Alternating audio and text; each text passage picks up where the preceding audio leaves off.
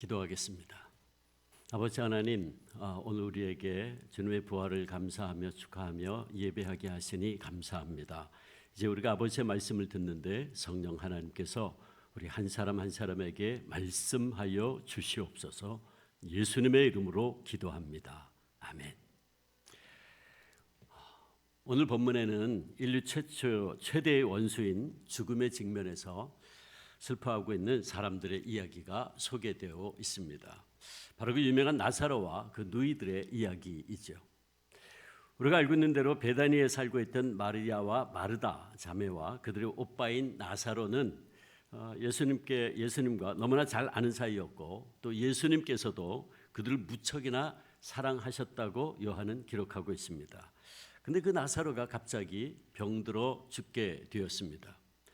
그래서 마르다 자매는 예수님께서 속히 오셔서 오라버니를 고쳐주실 것을 요청을 했죠.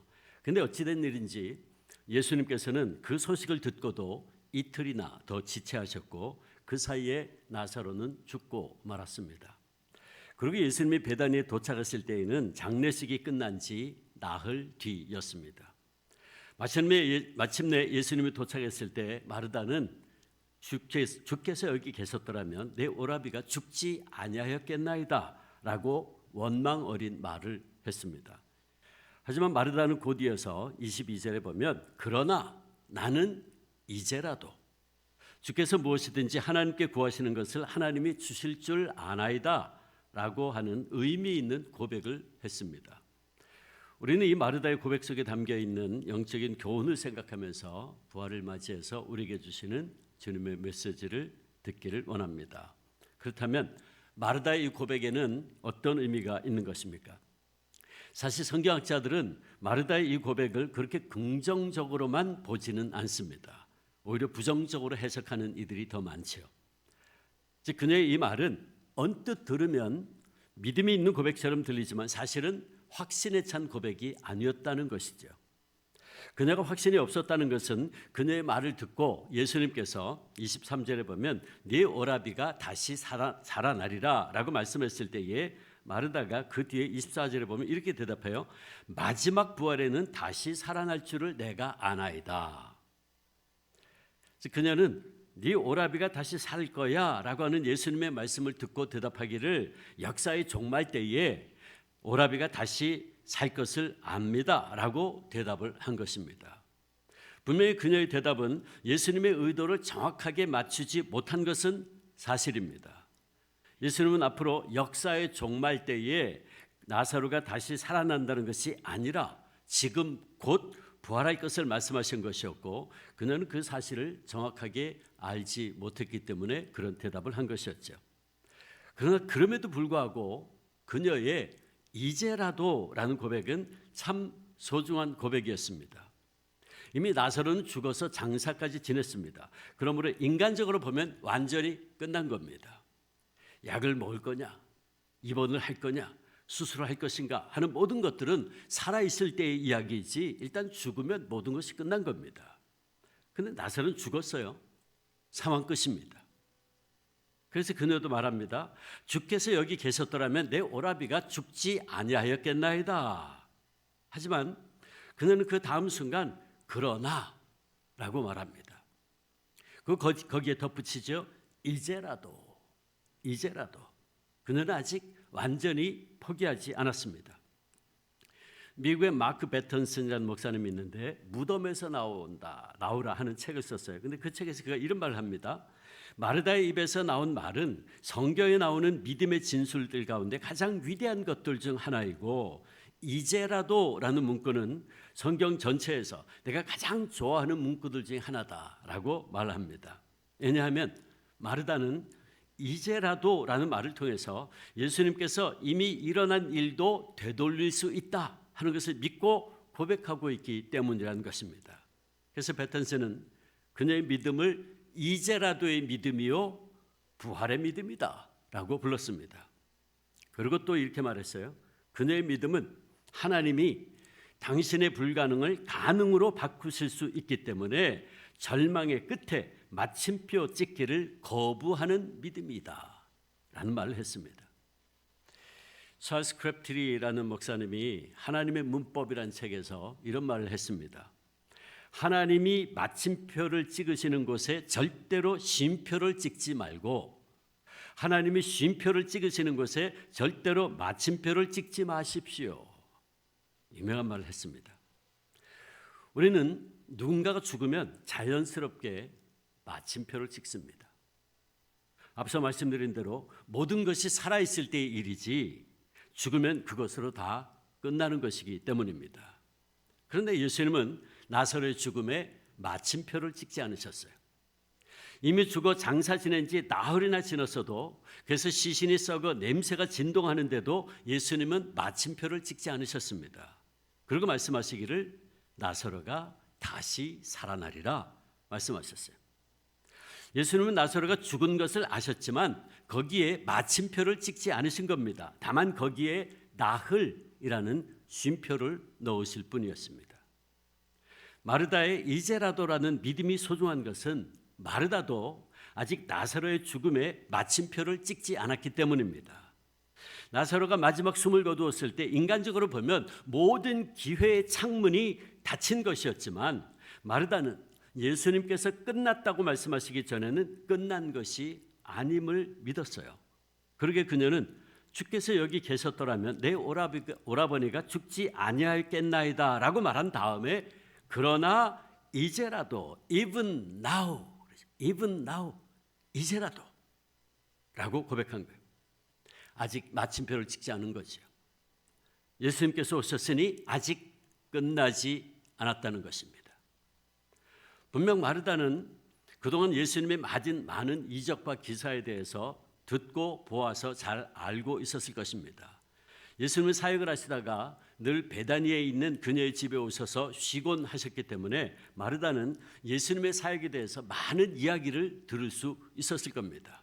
그녀는 요한복음 2장에 예수님께서 물로 포도주가 되게 하신 이야기도 들었을 것이고 또 5장에 보면 수많은 병자들 고친 이야기, 6장에 보면 5천 명을 오병이어로 먹이신 이야기, 6장에 넘어가면 물 위를 걸으신 이야기, 심지어는 죽은 자를 살리신 이야기, 회당장 야이로의 딸을 살리신 이야기 등을 들어서 알고 있었을 것입니다. 그러게 그녀는 앞으로 어떻게 될 것인지 구체적으로는 몰랐어도 적어도 이제 예수님께서 오셨으니 어떤 형태로든지 역사가 일어날 수 있다고 믿었던 겁니다. 그러게 그녀는 이제 모든 것이 끝났다고 마침표를 찍지 않았어요. 내 오라버니는 죽었습니다. 그러나 그녀는 이제라도 라는 말로 마침표 찍기를 거부했습니다. 세브란스 교직원 여러분, 오늘 우리가 마르다의 이 고백을 통해 깨달아야 될 진리가 무엇입니까? 그것은 바로 하나님께서 끝났다고 말씀하시기 전에는 그 어떤 것도 끝난 것이 아니라는 사실입니다. 하나님께서 끝났다고 마침표를 찍기 전에는 어떤 것도 아직 끝난 것이 아닙니다. 우리는 종종 우리가 보기에 끝났다고 판단되면 우리가 서둘러 마침표를 찍는 경향이 있습니다. 모든 것이 끝났다고 너무 쉽게 포기하는 거죠. 그러나 우리는 주님께서 내 삶의 문제와 어려움에 처한 내 삶의 상황에 개입하시지 않는 것 같고 나에게 무관심한 것처럼 느껴진다 할지라도 절대로 쉽게 포기해서는 안 됩니다. 모든 것이 끝난 것처럼 보이는 때라도 우리는 거기에 마침표를 찍어서는 안 된다. 왜 그렇습니까? 우리의 생사화복을 주관하시는 하나님께서 언제나 모든 일의 마지막 결론을 갖고 계시기 때문입니다. 오직 주님만이 처음과 나중이고 시작과 끝이기 때문입니다. 주님 말씀하십니다. 계시록 22장 13절에 나는 알파와 오메가요 처음과 나중이요 시작과 마침이다. 그렇습니다. 예수님은 처음과 마지막이고 시작과 마침이 되십니다. 오직 부활하신 예수님만이 언제나 모든 일의 마지막 결론을 최후의 결론을 갖고 계세요. 그러므로 우리는 예수님께서 마침표를 찍으시기 전에는 결코 우리가 먼저 마침표를 찍으려고 해서는 안 됩니다. 마르다는 나사로를 장사 지내고 나흘이나 지나 시신이 썩어 냄새가 나고 있는 그 절망의 순간에도 그러나 이제라도 라고 고백함으로 자신이 마침표를 찍지 않았어요. 예수님께서 결론을 내리지 않았기 때문입니다. 그렇다면 본문의 사건에서 예수님께서 가지고 계신 결론은 무엇이었습니까? 이 사건 초기에 예수님께서 이미 이 사건의 결론을 말씀하셨어요. 마르다 자매가 오빠가 죽을 병에 들자 급하게 예수님께 사람을 보내었을 때 예수님께서 말씀하셨어요. 요한복음 11장 4절, 오늘 이 사건 앞에서 말씀하셨죠. 이 병은 죽을 병이 아니라 하나님의 영광을 위함이요 하나님의 아들이 이로 말미암아 영광을 받게 하려 함이라. 이 사건의 결론은 하나님께서 영광 받으심에 있었습니다. 예수님은 분명히 이 일을 통해서 당신께서 영광 받고자 한다고 말씀하셨어요. 그러니까 우리가 이 사건을 좀 더 잘 이해하려면 시간별로 이 사건을 좀 생각할 필요가 있는데, 첫째 날 나손의 병이 갑자기 악화되었고 자매들은 황급히 사람을 예수님께 보냈습니다. 그런데 사람이 예수님을 향해 떠났는데 그들이 떠난 지 얼마 안 돼요. 나사로가 죽었고 바로 장사 지냈습니다. 팔레스틴 지역은 덥기 때문에 하루만 지나도 시신이 썩은 냄새가 나기 시작합니다. 그래서 곧바로 그날 장사 지냅니다. 장사 지냈어요. 그리고 예수님은 나사로가 병들어 죽게 생겼다는 소식을 듣고도 그 계시던 곳에서 이틀째, 사흘째, 이틀을 더 머무셨어요. 계시던 곳에. 그리고 나흘째 되는 날 예수님은 베다니로 돌아오셔서 죽은 나사로를 살리셨습니다. 그러므로 나사로가 병들어 죽게 되었다는 말을 예수님께 전달했을 당시에 나사로는 이미 죽어 있었습니다. 그리고 예수님은 그 사실을 알고 계셨어요. 요한복음 11장 11절, 우리 친구 나사로가 잠들었도다, 죽었다는 얘기였죠. 따라서 예수님은 이 모든 것을 알고도 베다니에 가는 것을 지연시켰다는 결론이 나오죠. 그렇다면 예수님께서 이렇게 이틀을 지연하신 것에는 예수님의 분명한 의도가 있었구나 하는 것을 알 수 있죠. 그것이 무엇이었습니까? 그것은 바로 이 사건을 통해 하나님의 영광을 더 분명하고 확실하게 드러나기 위함이었던 겁니다. 부활의 능력이 더 분명하게 드러나려면 나사로는 완전히 죽어야 했습니다.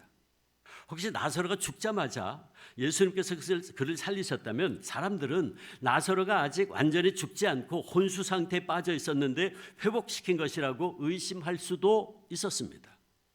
그러나 나흘이나 지나 이미 시신이 부패해서 냄새가 나기 시작했다면 그건 세상적으로는 불가능한 것입니다. 끝나도 한참 전에 끝난 겁니다. 나사로가 죽었다는 것은 누구도 의심할 수 없게 된 거죠. 그런데 예수님께서 그 나사로를 살리신 겁니다. 놀라운 부활의 능력이었죠. 그리고 바로 이 사건을 통해서 예수님께서는 모두에게 나는 부활이요 생명이다라는 놀라운 진리를 선포하셨어요. 그래서 우리가 잘 알고 있는 요한복음 11장 25절 26절이죠. 나는 부활이요 생명이니 나를 믿는 자는 죽어도 살겠고 무릇 살아서 나를 믿는 자는 영원히 죽지 아니하리니 이것을 네가 믿느냐? 그렇습니다. 예수님은 바로 이 진리를 가르치시고 그리고 하나님께 영광을 돌리기 위해서 모두가 끝났다고 마침표를 찍었던 나사로의 죽음에 마침표를 찍지 않으셨던 겁니다. 예수님은 나사로가 죽은 것을 아셨지만 거기에 마침표를 찍지 않으셨고 다만 거기에 나흘이라는 쉼표를 넣으셨습니다. 세브란스 교직원 여러분, 그러므로 우리가 결론적으로 이 모든 내용을 통해 깨닫고 실천해야 될 진리가 무엇입니까? 교수님이 말씀드린 대로 하나님께서 끝났다고 말씀하시기 전에는 어떤 것도 끝난 것이 아니라는 것과 그러므로 우리가 먼저 마침표를 찍으려고 해서는 안 된다는 것입니다. 우리의 삶의 상황이 장사된 것 같을 때에도 우리는 거기에 마침표를 찍어서는 안 됩니다. 우리는 그러나 이제라도의 부활신앙으로 즉 부활의 생명이신 예수님께서 이제라도 역사하신다면 우리의 불가능의 변화에 가능이 되고 우리의 절망의 변화에 소망이 되고 우리의 고통의 변화에 기쁨이 되고 우리의 눈물의 변화에 웃음이 될 수 있음을 믿는 믿음으로 인내할 수 있어야 한다 하는 말씀입니다.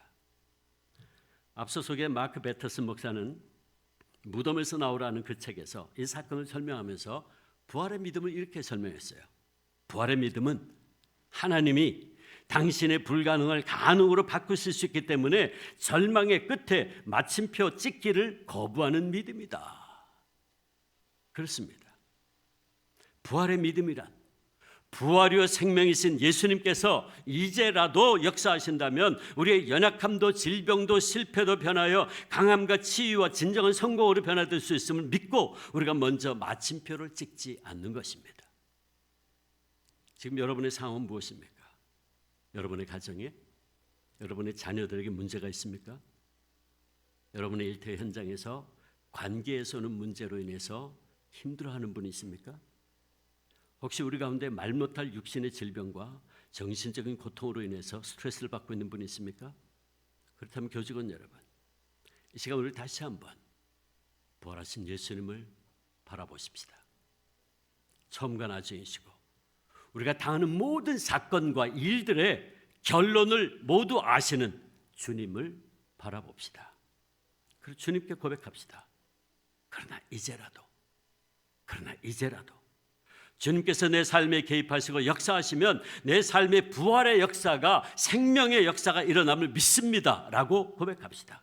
지금은 왜 내 삶 속에 이런 일이 일어나는지 다 이해할 수는 없지만, 그러나 일의 시작과 끝을 아시는 주님께서 결국은 합력하여 선을 이룰 것을 믿습니다. 이렇게 고백하면 우리의 그 믿음 보시고 주님께서 당신의 때에 당신의 영광을 위하여 역사하실 줄 믿습니다. 이 시간 주님께서 우리 각자에게 묻고 계십니다. 나는 부활이요 생명이니 나를 믿는 자는 죽어도 살겠고 무릇 살아서 나를 믿는 자는 영원히 죽지 아니하리니 네가 이것을 믿느냐? 오늘 우리는 주님의 이 질문에 무엇이라고 대답하시겠습니까? 마르다는 주여 그러하외다. 예, 주님 제가 믿습니다 라고 대답했습니다. 그녀가 그 대답했던 순간은 아직 예수님께서 나사로를 무덤에서 불러내시기 전이었지만 마르다는 믿음으로 고백했어요. 그리고 그녀는 마침내 죽어 냄새나는 오빠가 살아나는 부활의 능력을 온몸으로 경험할 수 있었습니다. 그렇습니다. 교직원 여러분, 이렇게 주님의 부활의 능력에 대해서 예라고 말하는 우리의 신앙 고백이 우리의 삶을, 우리의 일터를 바꿀 수 있습니다.